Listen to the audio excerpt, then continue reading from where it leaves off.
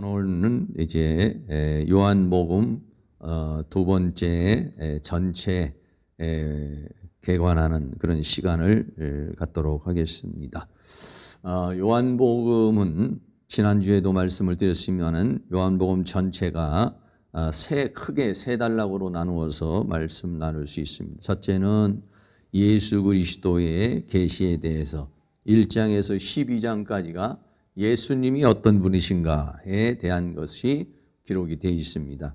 그리고 두 번째는 예수님께서 마지막 이제 십자가에 달려 돌아가시기 전에 다락방, 마가의 다락방에서 하신 말씀이 13장에서부터 17장까지 이제 말씀이 기록되어 있고요.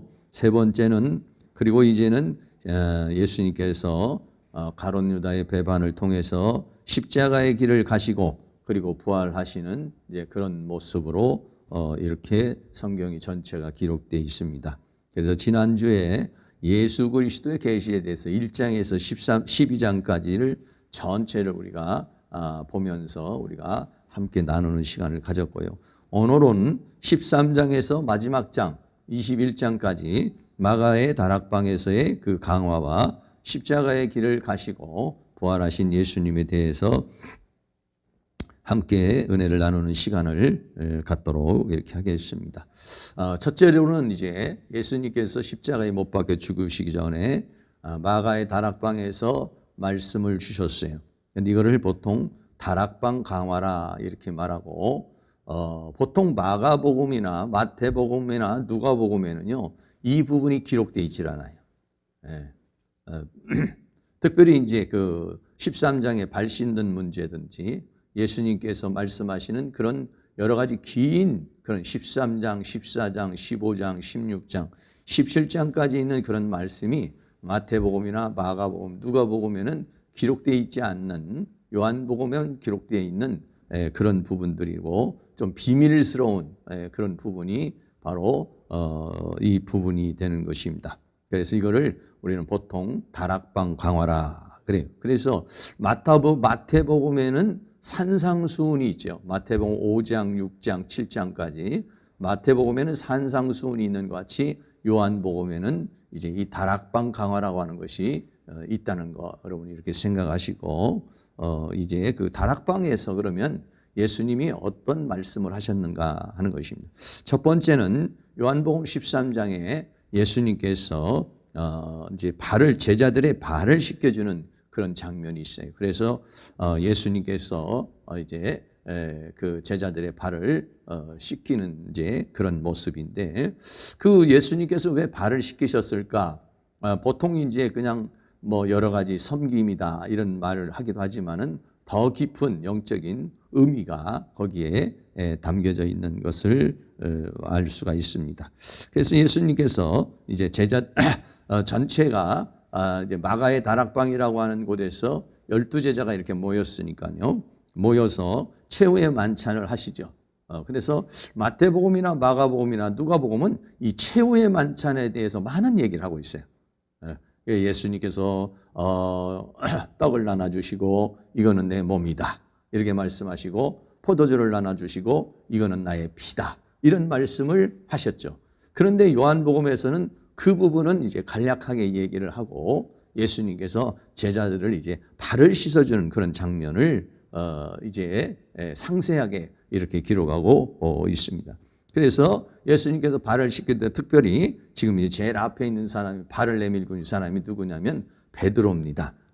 베드로의 발을 씻으려고 그러니까 베드로가 뭐라고 말하냐면 내 발을 절대로 씻기지 못합니다. 내 발을 씻기지 못합니다. 내가 주님을 씻겨줘야지 주님이 왜 내 발을 씻겨줍니까? 그렇죠. 일반적인 상식적인 부분에서는 그렇게 돼요. 그러나 지금 주님이 발을 씻겨주는 것은 그냥 발에 때가 묻어서 발을 씻겨주는 그런 것이 아니라 예수님께서 이제 베드로의 발을 주님의 피로 씻어주시고 예수님의 발을 주님의 생명으로 씻어주셔서 베드로의 죄를 사하고 그리고 베드로에게 생명을 주시는 것을 예표적으로 지금 보여주고 있는 그런 모습이에요.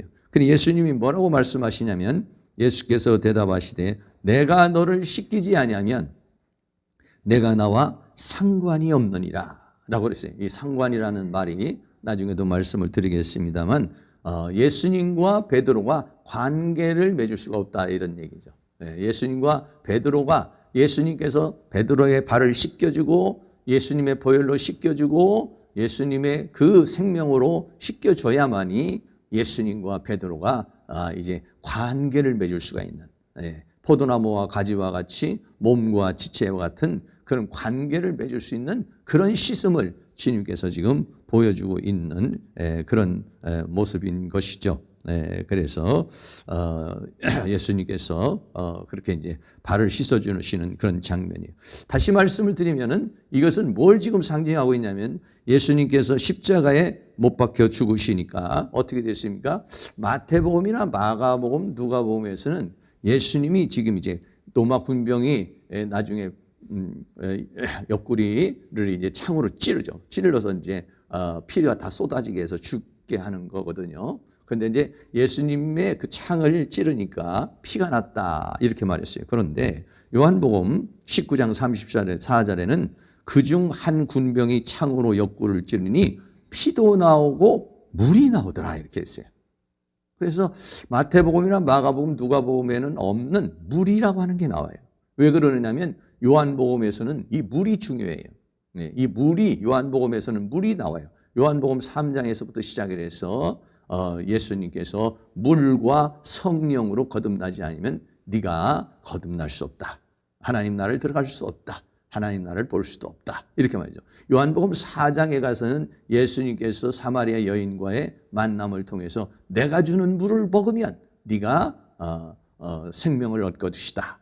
네 안에서 샘물이 넘쳐날 것이다. 라고 이렇게 말하죠. 그래서 요한복음에서는 물을 또 강조하고 있어요. 그래서 마태복음이나 마가복음, 누가복음은 피를 강조해요.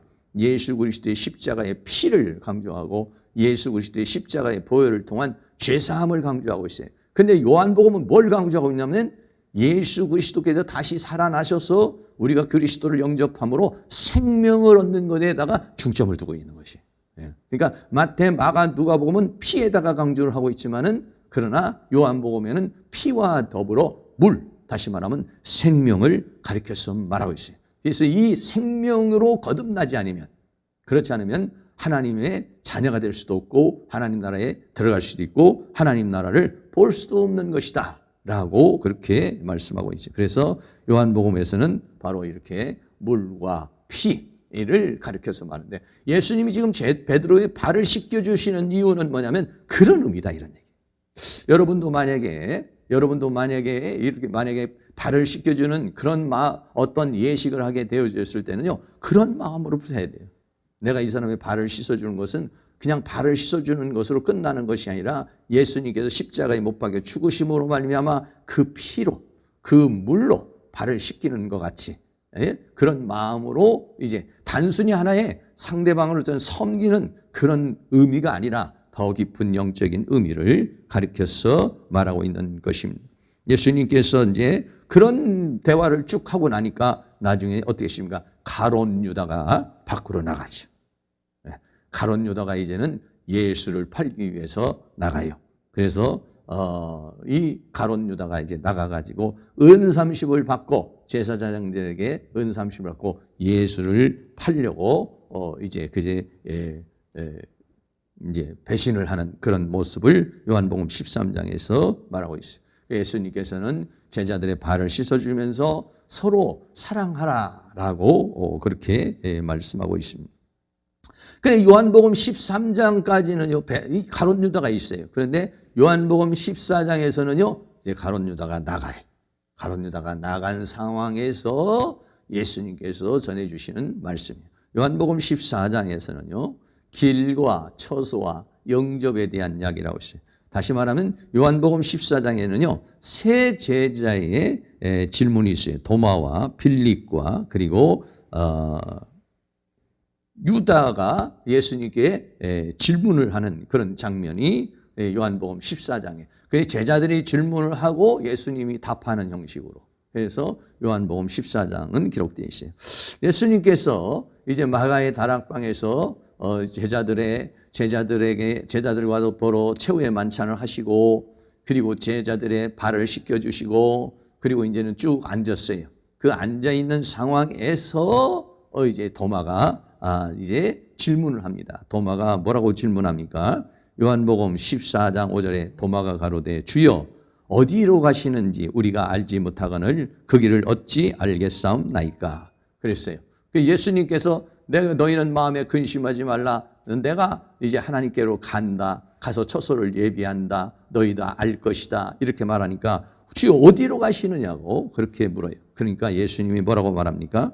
우리 유명한 말씀이죠. 요한복음 14장 6절 같이 한번 읽습니다. 예수께서 가라사대 내가 곧 길이요 진리요 생명이니 나로 말미암지 않고는 아버지께로 올 자가 없느니라 라고 하는 그런 말씀을 하시죠. 다시 말하면은 어디로 가시냐고 그러니까는 예수님께서는 바로 하나님 아버지에게로 간다는 것을 말하고, 바로 예수 그리스도를 통해서는 통하지 않고서는 그 하나님 아버지에게로 누구도 갈 수 없다라고 하는 그런 말을 해요. 두 번째로는요, 빌립이 또 질문을 합니다. 빌립이 뭐라고 질문하냐면은 요한복음 14장 8절 우리 같이 한번 읽습니다. 빌립이 가로되 주여 아버지를 우리에게 보여주옵소서 그리하면 족하겠나이다.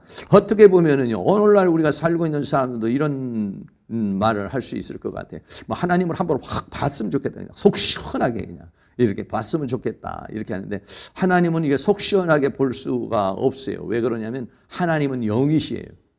여기에 있는 공기에 수많은 전파도 있고 수많은 비물질들이 있어요.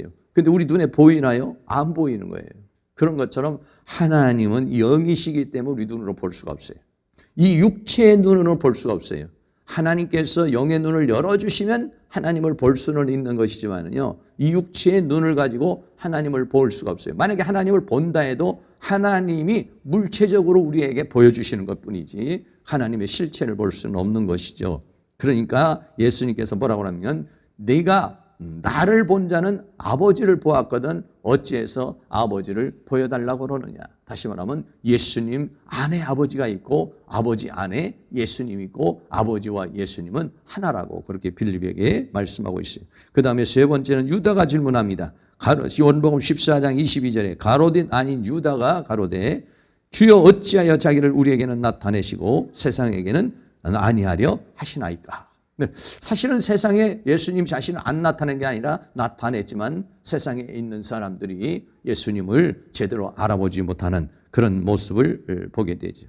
그리고 네 번째는 예수님께서 내가 떠나감으로 인해서 너희에게 보혜사 진리의 성령을 보내주실 것이다 그랬어요. 요한복음 14장 26절에 보혜사 곧 아버지께서 내 이름으로 보내실 성령 그가 너희에게 모든 것을 가르치고 내가 너희에게 말한 모든 것을 생각나게 하시리라. 보혜사 예수님이 떠나면 성령이 올 것이고 그 성령이 너희 안에서 생명을 줄 것이고, 그리고 그 생명, 그 보혜사 성령은 진리의 성령인데 그 진리의 성령은 너희를 가르칠 것이고 너희를 생각나게 할 것이고 너희를 진리 가운데 인도할 것이라고 그렇게 말씀을 하고 요한복음 14장을 마치고, 요한복음 15장에 가면 예수님이 관계에 대해서 말을 하고 있어요. 무슨 관계냐면 너희와 우리 성도와 예수님과의 관계는 무슨 관계냐? 포도나무와 가지와의 관계가 된다는 것이에요. 요한복음 13장과 14장의 과정을 거치게 되면 예수 그리스도의 십자가의 보혈로 씻음을 받고 예수 그리스도의 생명을 받아서 하나님의 자녀가 되면 우리는 어떤 관계가 되느냐? 예수님과 우리와의 관계, 하나님과 우리와의 관계가요, 포도나무와 가지와의 관계가 된다는 것이에요. 다시 말하면 하나님과 우리가 연합의 관계가 된다는 것이죠. 요한복음 15장 5절 말씀에 나는 포도나무요 너희는 가지니. 예수 그리스도의 십자가의 보혈로 씻음을 받고 생명을 받은 사람은요 관계가 달라져 버려요. 어떤 관계가 되느냐? 포도나무와 가지와의 관계가 되었어요. 나는 포도나무요 너희는 가지니 나를 떠나서는 너희가 아무것도 할 수 없습니다. 그래서 우리가 이제 예수님 안에 붙어 있음으로 말미암아서 뭐가 되는 겁니까? 포도나무의 열매를 맺는 것이죠. 이 열매는 성령의 열매가 될 수 있고 빛의 열매가 될 수 있고 성품의 열매가 될 수 있고 전도의 열매가 될 수 있고 믿음의 열매도 될 수 있고 이런 열매들이 예수님과 포도나무와 가지와의 관계를 통해서 맺어지게 되는 그런 역사가 일어나게 되는 것이에요. 우리나라에 있는 이런 그 포도나무가 있는데 포도나무 하나에 어마어마한 포도송이가 이제 이렇게 열리는 그런 나무가 이제 하나가 있어서 이제 사진으로 여러분 보여드립니다만은 이렇게 수많은 사람들이 이 세상에 있는 모든 인류 전체가 하나님은 농부이시고 예수 그리스도는 나무이시고 우리는 가지이고 우리는 가지에서 열매를 맺는 그런 존재라고 하는 것을 그런 관계. 그래서 우리가 어떻게 하냐면 주님 안에 이제 주님 안에 거하는 주님의 은혜 안에 주님의 생명 안에 거하는 존재. 그 주님과 나와는 뗄래야 뗄 수 없는 그런 관계로 맺어져서 우리는 인생을 살아가는 그런 상황이 되어졌다라고 그렇게 말합니다. 결국 더 나아가서는요. 너희가 이제 이러한 관계 속에서 내 계명을 지키면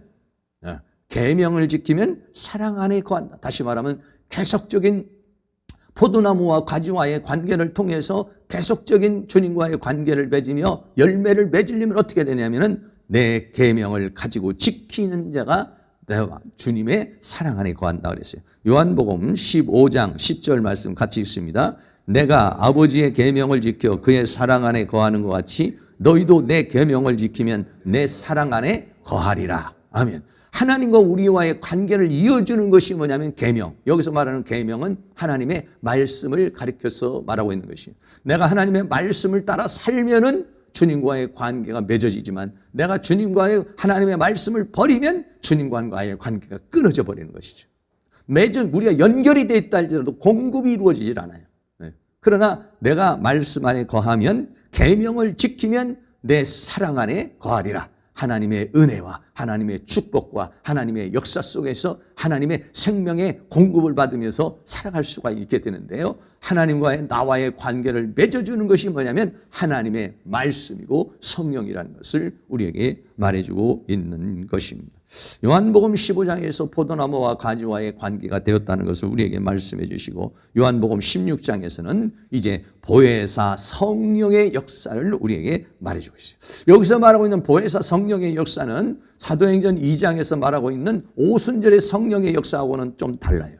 오순절 사도행전 2장에서 역사는 오순절 성령의 역사는 성령의 충만을 받고서 방언을 말하게 된다든지 예언을 하게 된다든지 나가서 복음을 증거하게 된다든지 기적이나 표적이나 이적이 나타나는 그런 능력 성령이 임하면 권능을 받고 그래서 요한 사도행전 2장에서 말하는 그 성령의 역사는 바로 그런 역사를 우리에게 말해주고 있어요. 그런데 요한복음 16장에 있는 이 보혜사 성령은 다른 말로 뭐라고 하냐면 진리의 성령이라 이렇게 말했어요.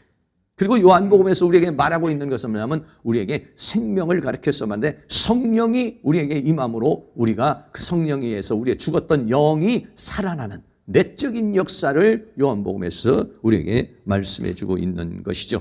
그래서 사도행전 2장에 있는 사도행전 2장에 있는 성령의 역사는 막 위에서 불이 성령이 각 사람 위에 있다가 그 사람들에게 임하게 됨으로 말미암아서 막 방언을 하고 예언을 하고 환상을 보게 되고 뭐 이런 역사가 일어났지만은 요한복음에서는 내적으로 그 성령의 역사가 내면에서 흐르는 그러한 역사가 일어나게 되는 것을 말하고 있습니다.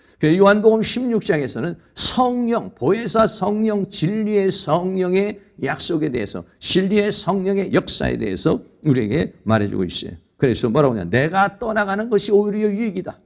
제자들이 전부 다 근심 걱정하고 있는데 아니다. 내가 떠나가는 것이 오히려 너희에게 유익이다 그랬어요. 요한복음 16장 7절 말씀 같이 읽습니다. 그러하나 내가 너희에게 실상을 말하노니 내가 떠나가는 것이 너희에게 유익이라. 내가 떠나가지 아니하면 보혜사가 너희에게로 오시지 아니할 것이고 가면 내가 그를 너희에게로 보내리니. 그래서 예수님이 가시게 되면은 보혜사 성령이 우리에게 올 것이다 그랬어요. 그럼 보혜사 성령이 오셔서 뭘 하느냐? 죄에 대하여, 의에 대하여, 심판에 대하여 책망하리라고 그랬어요. 요한복음 16장 8절 같이 있습니다. 그가 와서 죄에 대하여, 의에 대하여, 심판에 대하여 세상을 책망하시리라. 그래서 성령이 우리들 안에서 그런 죄에 대한 역사를, 의에 대한 역사를, 심판에 대한 역사를 성령님께서 우리에게 역사할 것이고, 더 나아가서는 우리를 진리 가운데로 인도할 것이라 했어요. 요한복음 16장 13절 같이 있습니다.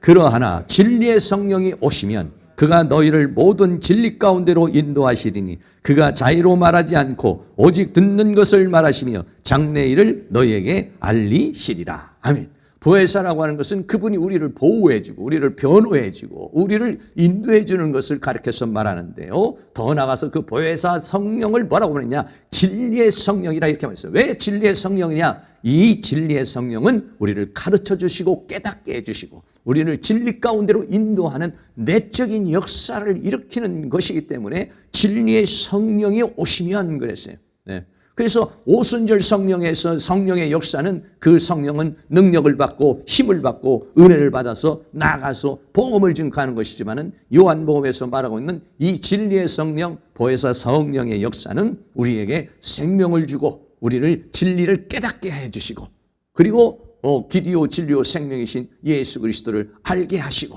그리고 그 진리 가운데로 인도하는 그런 역사를 하게 될 것이다 라고 지금 마가의 다락방에서 예수님께서 이제 마지막으로 이제 가시기 전에 십자가에 못 박히시기 전에 그렇게 제자들에게 아주 귀한 그런 말씀을 우리에게 주시고 있는 모습을 보게 되는 것입니다. 그리고 이제 예수님께서 그런 말씀을 다 하시고 요한복음 17장에서는 예수님께서 최후의 기도를 해요. 그래서 뭐라고 하냐면 그 기도의 제목이 뭐냐면 하나 되게 하옵소서라고 하는 거예요.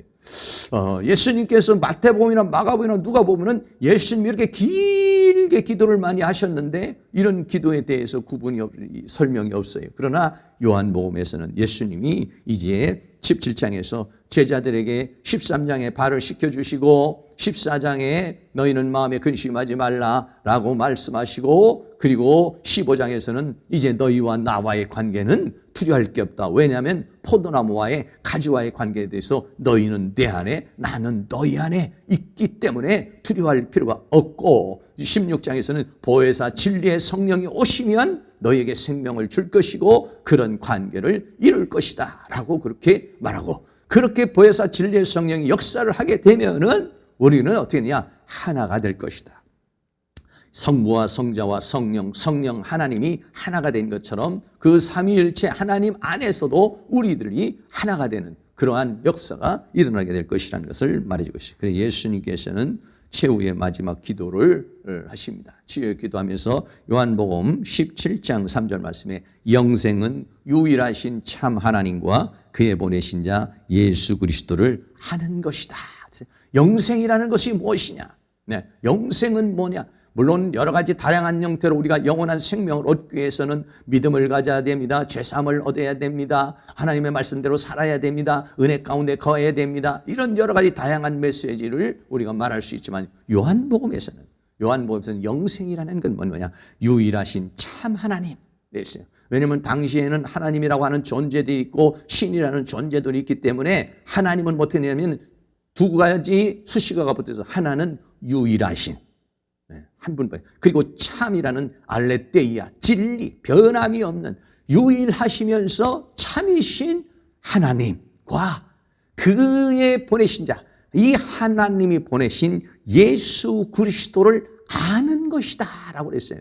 예수 그리스도를 아는 것이다. 근데 이 알미라고 하는 것은 공부해서 아는 알미 아니라 진리의 성령이 오시면 너희를 생각나게 하고 가르쳐 줄 것이고 진리 가운데로 인도하는 그 알을 가르쳐서 말하는 것이죠. 다시 말하면 우리가 예수님을 믿게 되면 성령의 감화와 감동을 받게 돼서 우리가 예수님을 알게 되는 거잖아요. 우리가 무슨 누구에게 들어서 공부를 해서 예수를 아는 것이 아니라 성령의 감화와 감동을 통해서 우리를 깨닫게 해주시고 믿게 하는 것이 아니에요. 그래서 요한복음에서는 진리의 성령의 역사를 강하게 이 역사를 우리에게 말해주고 있는 것입니다. 그래서 예수님께서 말합니다. 어떻게 하냐면 예수님이 하나님과 하나가 된 것처럼 우리도 그 안에서 하나가 되기를 원한다 그랬어요. 요한복음 17장 11절 말씀에 내게 주신 아버지의 이름으로 저희를 보존하사 우리와 같이 저희도 하나 되게 하옵소서 라고 그렇게 말합니다. 그래서 아버지의 이름 안에서 하나가 되고 진리 안에서 하나가 되고 영광 안에서 하나가 되기를 원한다. 그것이 결국은 요한계시록에서는 거룩한 성 예루살렘 성이 하늘로부터 내려오는데 신부가 신랑을 위하여 단장한 것 같더라. 다시 말하면 요한계시록에서는 거룩한 성으로, 요한복음에서는 포도나무와 가지와의 하나님과 우리와의 연합의 관계, 일체의 관계를 포도나무와 가지와의 관계로 설명해 주고 있는 것이고, 요한계시록에서는 거룩한 성이라는 이 성 건물로 말하면은 12사도는 기초석이요, 그리고 또 12지파는 12문이요, 성도들은 그 기초석 위에 세워진 존재들로 하나가 되는, 예수님 안에서 하나가 되는, 신랑과 신부가 연합되어 하나 되는 것 같은 것을 우리에게 말해주고 있는 것입니다. 오늘날 거친 이 세상에서 우리가 승리하며 살려면요, 하나님과 하나가 돼야 돼요. 하나님 따로 나 따로 하게 되면요, 불안한 것이에요. 내 인생을 내가 끌고 갈 때는 나는 힘들어요. 그러나 나는 하나님 안에 있으면, 하나님 안에 있으면은, 주님 안에 있으면은, 은혜 안에 있으면은 주님이 내 인생을 책임져 줄 줄로 믿습니다.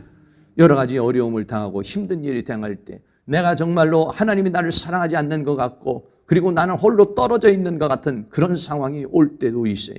나에게 닥쳐오는 어려움, 또는 질병의 문제, 죽음의 문제, 여러 가지 상황이 올 때마다, 여러분, 내 마음이 흔들리고 불안할 때마다 우리는 그렇게 기도해야죠. 주님과 나와의 관계는 포도나무와 가지와의 관계인 줄로 믿습니다. 나는 주님 안에 있고 주님은 내 안에 있기 때문에 나는 두려워하지 않습니다. 왜냐하면 주님이 내 안에 있기 때문입니다. 나는 주님 안에 있기 때문입니다. 나는 두려워하지 않습니다. 지금 내가 당면한 상황이 이런 일도 있고 저런 일도 있고 낙심도 되고 또 두려움도 되고 또는 슬픔의 문제도 있고 어려움의 문제가 있을지라도 살든지 죽든지 나는 주님 안에 있는 줄로 믿습니다. 그럴 때 우리의 마음속에 두려움이 떠나가게 돼요. 우리의 마음속에 불안한 마음이 떠나가게 돼요. 내가 사는 것도 주님 안에 있고 내가 죽는 것도 주님 안에 있고, 사나 죽으나 우리는 주님의 것이기 때문에 주님이 내 인생을 책임져 줄 줄로 믿습니다. 환경을 볼 때, 상황을 볼 때는 두렵지만은, 그러나 우리는 주님 안에 있습니다. 예수님께서 마지막으로 하시는 기도는 뭐냐면, 최후의 기도가 뭐냐면, 내게 주신 아버지의 이름으로 저희를 보존하사 우리와 같이 저희도 하나 되게 하옵소서. 그래서 연합의 관계를 이루어 가기를 원하고 있는 것이 요한복음 13장에서부터 17장에까지 있는 다락방에서, 마가의 다락방에서 예수님은 이 말씀을 하신 것이죠. 그리고 나서 이제 십자가의 길을 갑니다. 크게 두 번째로 예수님은 이제 이러한 역사를 이루기 위해서, 이 역사가 이루어지기 위해서는 예수님이 십자가의 길을 가야 되게 해요. 그래서 예수님이 이제 십자가의 길에 대해서 말하고 있어요. 요한복음 18장에서는 예수님이 이제 그 마가의 다락방에서 나와서 이제 감람산에서 기도하는 가운데서 이제 사람들에게 잡히고 여기에서 이제 가야바라고 하는 사람에게 신문을 당하는 모습을 보게 됩니다. 예수님이 이제 가룟 유다가 다가옵니다. 여러분 그림에서도 보는 것처럼 가룟 유다가 다가와서, 요한복음에는 자세히 기록되어 있지만 마태복음에서는 예수께 나와 랍비여 안녕하시옵니까 하고 입을 맞추니 그랬어요. 이게 뭐냐면 군호였어요. 왜냐하면 어둡고 검하기 때문에 예수가 어떤 사람인지 모르니까 가룟 유다가 가서 말하기를, 내가 가서 입 맞추는 그가 바로 예수니까 그 예수를 잡아라 라고 그랬어요. 군병들과 또 유대인들이, 제사장들이 와서 이제 가룟 유다가 입을 맞추니까 이제 체포를 하게 되는 것이죠. 체포를 하게 될 때 베드로가 옆에서 칼을 빼들고 그 체포하는 사람의 귀를 자르니까 예수님께서 칼을 쓰는 자는 칼로 망한다고 하고 귀를 붙여주시고 이제 잡히셔서 십자가의 길을 가게 되는 모습을 보게 돼요. 가서 어디로 가냐면, 당시에 제사장이 안나스가 있는데 그 가야바라고 하는 제사장에 가서 이제 신문을 당하게 됩니다. 신문을 당하는 그 과정 속에서 어떤 일이 벌어집니까? 베드로가 3번 부인하는 그런 모습이 나오죠. 여기서 보면은 베드로가 있습니다. 베드로가 뭐라고 말합니까? 거기에 있는 종 한 사람이 뭐라고 합니까? 베드로도 바로 예수님과 함께 있었던 자다. 한 패다. 한 제자다. 이렇게 말하니까 마태복음 26장 74절에 저가 저주하여 맹세하여 가로되 내가 그 사람을 알지 못하노라 하니 닭이 곧 울더라. 이렇게 말했어요. 예수님께서 잡히시기 전에 뭐라고 말했습니까? 너희가 오늘 밤에 나를 다 버리리라 그랬습니다. 베드로는 절대로 주님을 버리지 않겠습니다. 나는 죽음을 각오했습니다.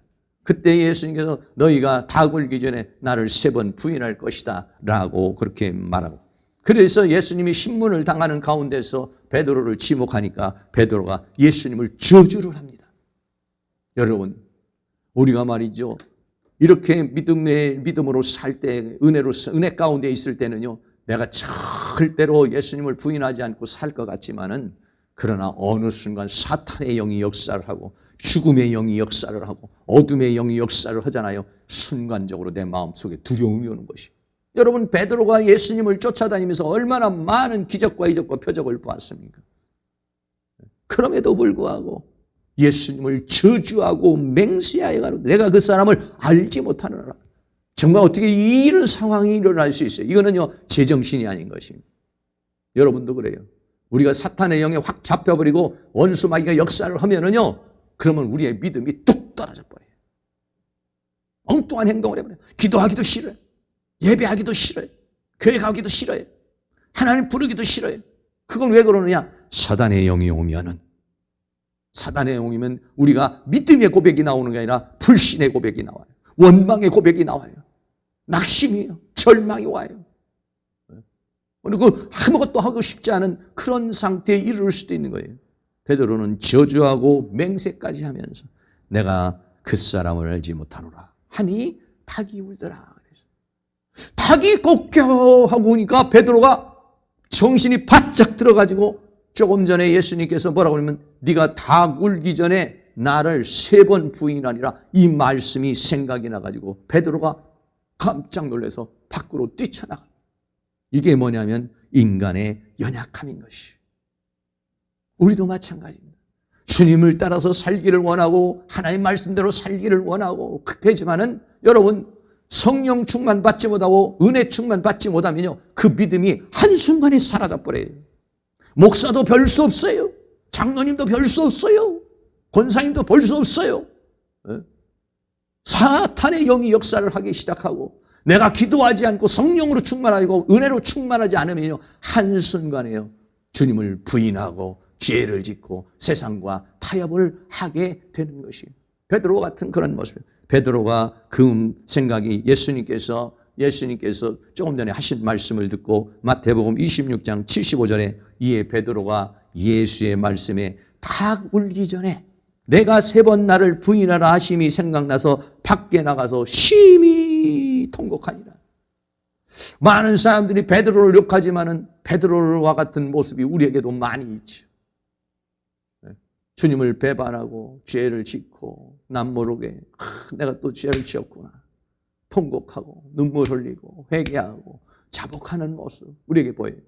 늘 성령으로 충만하지 않으면은, 하나님의 말씀으로 충만하지 않으면 우리도 다 이렇게 될 수 있다는 것을 우리에게 말해주고, 이렇게 예수님을 부인했지만 오순절에 성령 충만 받게 되니까 베드로가 오히려 나가서 복음을 증거하고 초대교회를 세우고 3,000명, 5,000명이 돌아오는 역사는 어떻게 일어납니까? 그는 사람의 힘으로 한 것이 아니라 성령의 역사를 통해서 일어나요. 사랑하는 모든 성이 언제나 거칠고 험한 이 세상 가운데 이 코로나 시대에 성령 충만할 수 있기를 주의 이름으로 축원합니다. 요한복음 19장에 예수님은 제자들이 다 부인하고 저주까지 하며 도망갈 때 예수님은 이제 고난의 죽음의 길, 십자가의 고난의 길을 가게 되는 모습을 보게 됩니다. 예수님은 가야바에게 신문을 당하고 그 다음에는 이제 당시의 총독 빌라도의 앞에 묶여갑니다.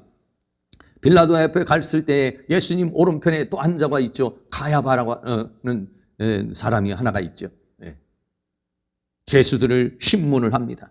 이 예수를 어떻게 하랴? 빌라도가 봤을 때 예수님은 죄가 없어요. 죽일 만한 죄가 아니야. 십자가에 못 박을 만한 죄가 아닌데도 막 군중들이 막 들고 일어납니다.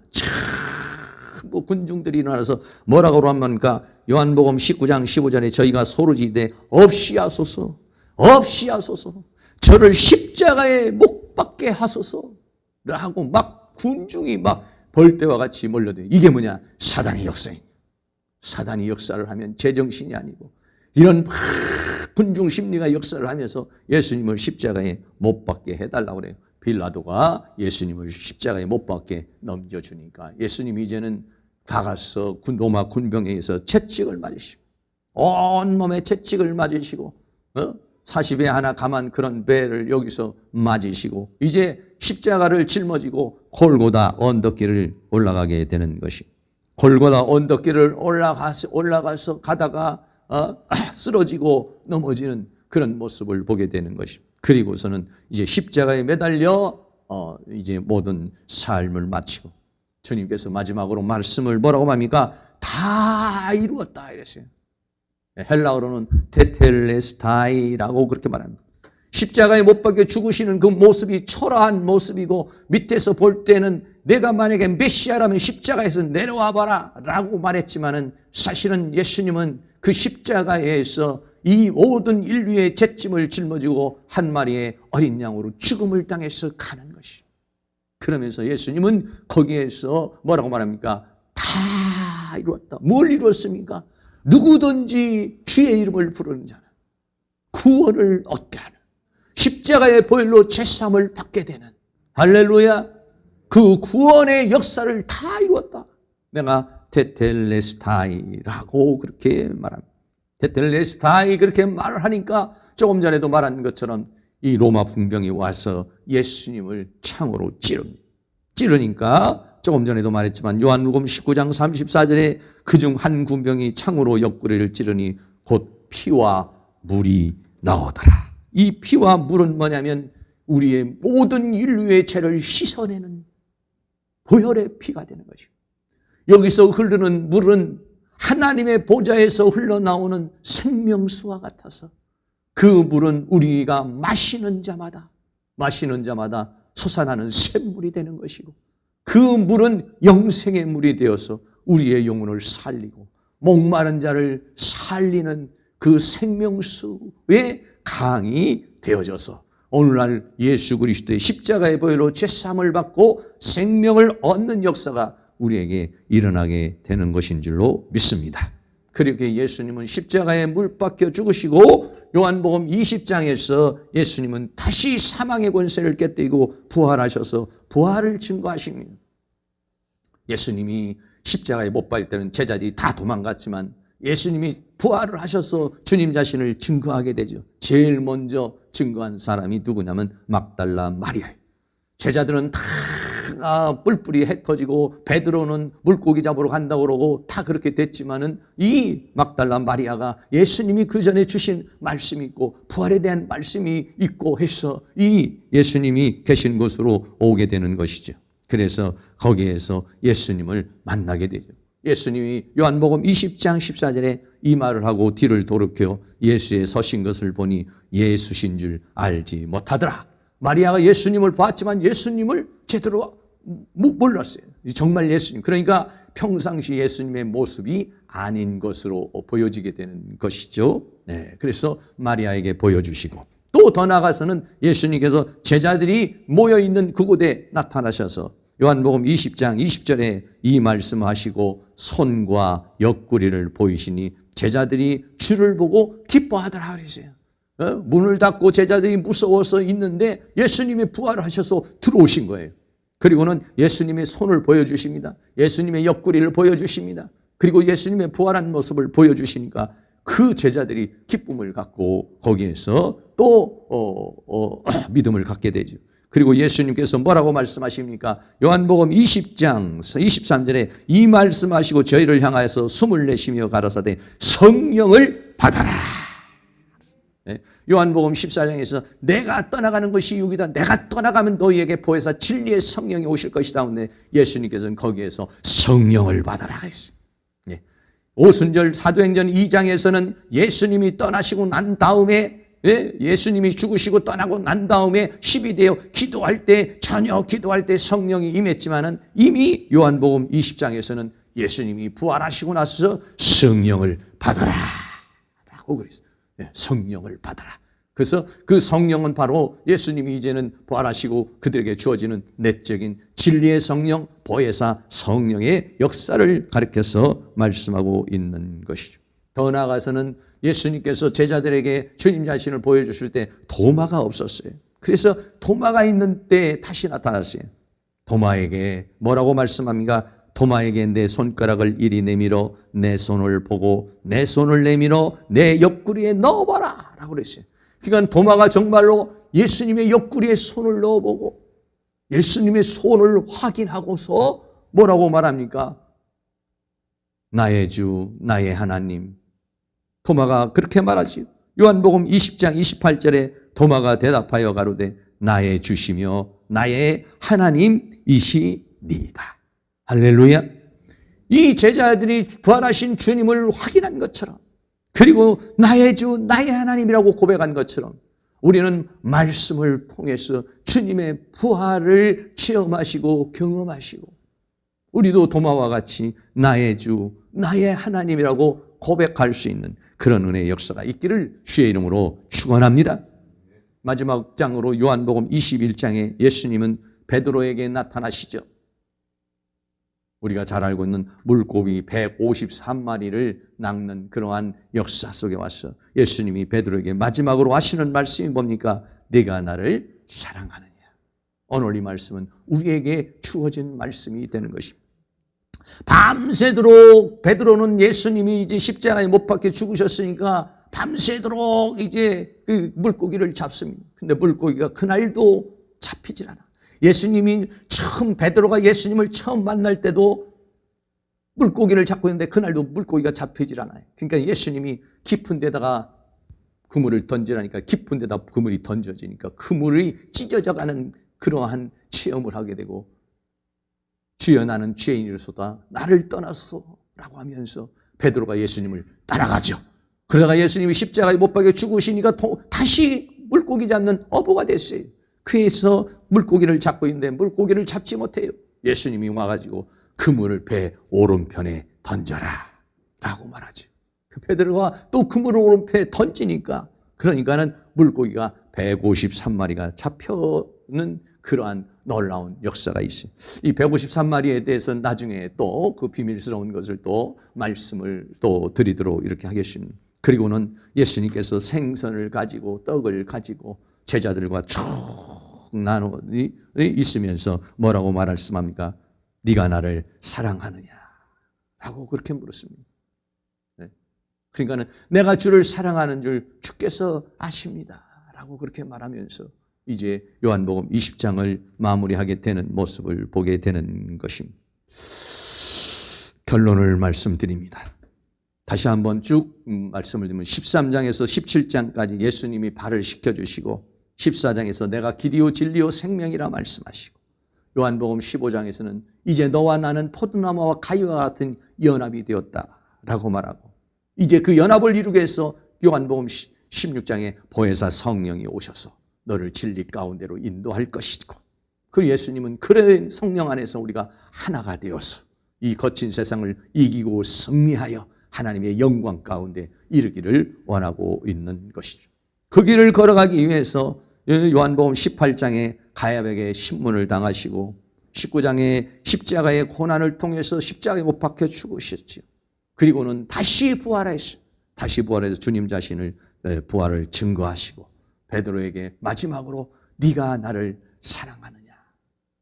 그러면은 내 양을 먹여라. 내 양을 쳐라. 마지막으로 남기신 말씀은 네가 나를 믿느냐라고 말하지 않고 내가 나를 사랑하느냐라고 물었어요. 여러분 주님을 사랑하십니까? 주님이 오늘 우리에게 나타나서 네가 나를 사랑하느냐라고 할 때 정말 주님을 사랑합니까?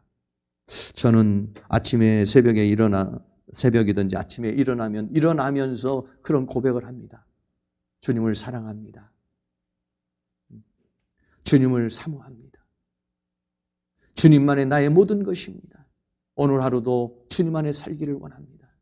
주님은 나의 기쁨이고 주님은 나의 만족이고 주님은 나의 사랑이고 내가 말할 수 있는 모든 단어를 가지고서 주님에 대해서 그렇게 고백을 해요. 그리고 그 주님 안에서 오늘도 승리하는 삶을 살기를 원합니다. 이렇게 고백합니다. 사랑하는 모든 성도님들도 늘 여러분이 그렇게 고백을 해주시면 좋겠어요.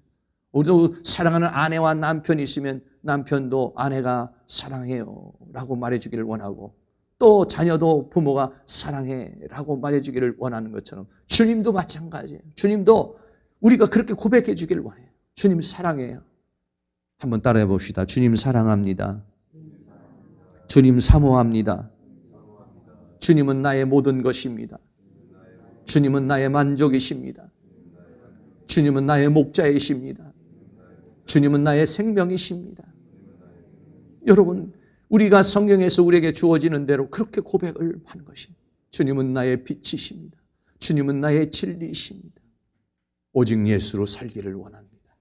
거친 세상 나를 유혹하고 미혹하는 것들이 있지만은 오직 주님으로 살아갈 수 있도록 우리 주님을 통해서 요한복음에서 주어진 그 주님을 로고스이신 그 하나님께서 이 땅에 오셔서 우리에게 그러한 물과 피를 쏟아서 우리에게 죄사함을 주시고 영원한 생명을 주어 주님 안에서 하나 되게 영광의 보좌에 앉게 하시려는 그 주님의 은혜 속에 여러분 모든 성도님들이 주님을 사랑하며 주님 안에 거하기를 주의 이름으로 축원합니다.